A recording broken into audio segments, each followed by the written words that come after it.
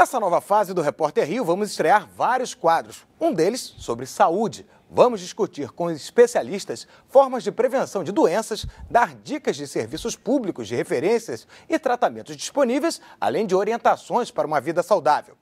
E como a gente está no Outubro Rosa, mês dedicado ao combate do câncer de mama, o nosso primeiro convidado é o médico Gilson Guzmão, especialista da Sociedade Brasileira de Mastologia.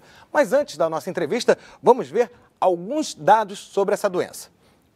Segundo o Instituto do Câncer, o INCA, 12 mil brasileiros morrem por causa do câncer de mama todos os anos. 57 mil novos casos da doença estão previstos somente para este ano. Só aqui no Rio de Janeiro, 8.300 novos casos devem ser registrados em 2015.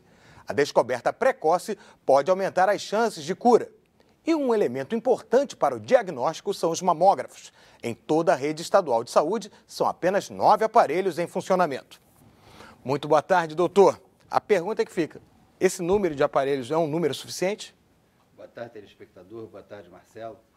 O número de mamógrafos no Brasil, ele já é considerado como suficiente. A grande dificuldade é a distribuição deles, que ainda é de uma forma muito ruim. As grandes capitais concentram um grande número e o interior concentram muito poucos. Existem estados muito bons, com números muito bons, como São Paulo, que tem 1.000 mamógrafos, e existem estados muito ruins, que tem apenas 53 mamógrafos, como o estado de Alagoas. E existem até dois estados que a gente não sabe dizer quantos mamógrafos existem, como Roraima e o Acre, nós não sabemos quantos. Mas no caso do Rio de Janeiro, é um número suficiente? Eu acho que para a rede pública talvez fosse melhor que existissem alguns mamógrafos mais dedicados, ou seja, esse número fosse aumentado. O Rio de Janeiro é um polo de diagnóstico e de diagnóstico médico. Então ele recebe muito paciente do interior. Talvez o Rio de Janeiro merecesse, além do aumento, o Estado também uma colocação de um número maior de mamógrafos no interior. Doutor, a gente foi às ruas ouvir a população que tem várias perguntas. Vamos escutá-las. Vamos lá. Hereditariedade, quando que toda mulher deve começar a se preocupar com esse lance da prevenção? Eu ainda estou em desenvolvimento, né? E às vezes quando eu estou no banho, fica algum caroço, eu sinto um caroço, assim. Essa é a minha dúvida, porque eu não sei se isso é do desenvolvimento mesmo. Então, doutor, essa resposta: hereditariedade e a aparição de caroços.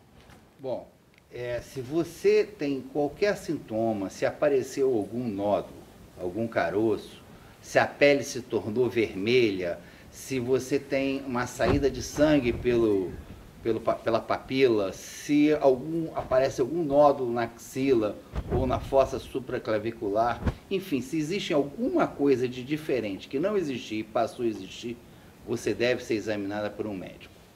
Quais são os percentuais de cura para cada caso? Olha, isso tem a ver com a pergunta que ela falou, né? Bom, se você diagnostica precocemente esse câncer de mama, números muito bons hoje já são conseguidos. Em câncer de mama, com diagnóstico precoce, você pode falar na faixa de 95% de cura, pelo menos. E quais são os fatores de risco para as mulheres? Bom, o primeiro fator de risco você já falou, é ser mulher, né? Para cada mulher, para cada 100 mulheres com câncer de mama, existe um homem. Eu estou fazendo questão de frisar esse dado, porque câncer de mama não existe só em mulheres, existem também em homens. E isso frequentemente é esquecido. Doutor, hereditariedade afeta o quanto? 10%. 10% das pessoas? Ou seja, tendo caso na família, já é para assinalar o alerta? Vamos interpretar bem esse dado. 10%, cerca de 10 a 15% dos cânceres de mama são de origem familiar. A pessoa pertence a histórias, a clusters, que se chama clusters familiares desfavoráveis, ou cânceres que são realmente muito agressivos, que vêm com uma história familiar junto com o câncer de ovário. Se você tem uma mãe com câncer de ovário, se você tem uma irmã com câncer de mama, se você tem uma outra tia com câncer de mama, certamente procure, porque a sua chance de você ser portadora de uma mutação é muito grande. Além do INCA, quais são os outros locais que a pessoa pode procurar ajuda?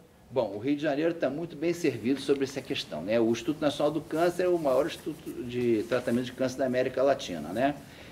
As universidades costumam ter bons serviços, existem serviços filantrópicos como o Hospital Mário Kruff, a unidade de... Públicas em geral. São muito... Dr. Gilson Guzmão, especialista da Sociedade Brasileira de Mastologia, muito obrigado pela sua participação. Nós é que agradecemos, a Sociedade Brasileira de Mastologia agradece.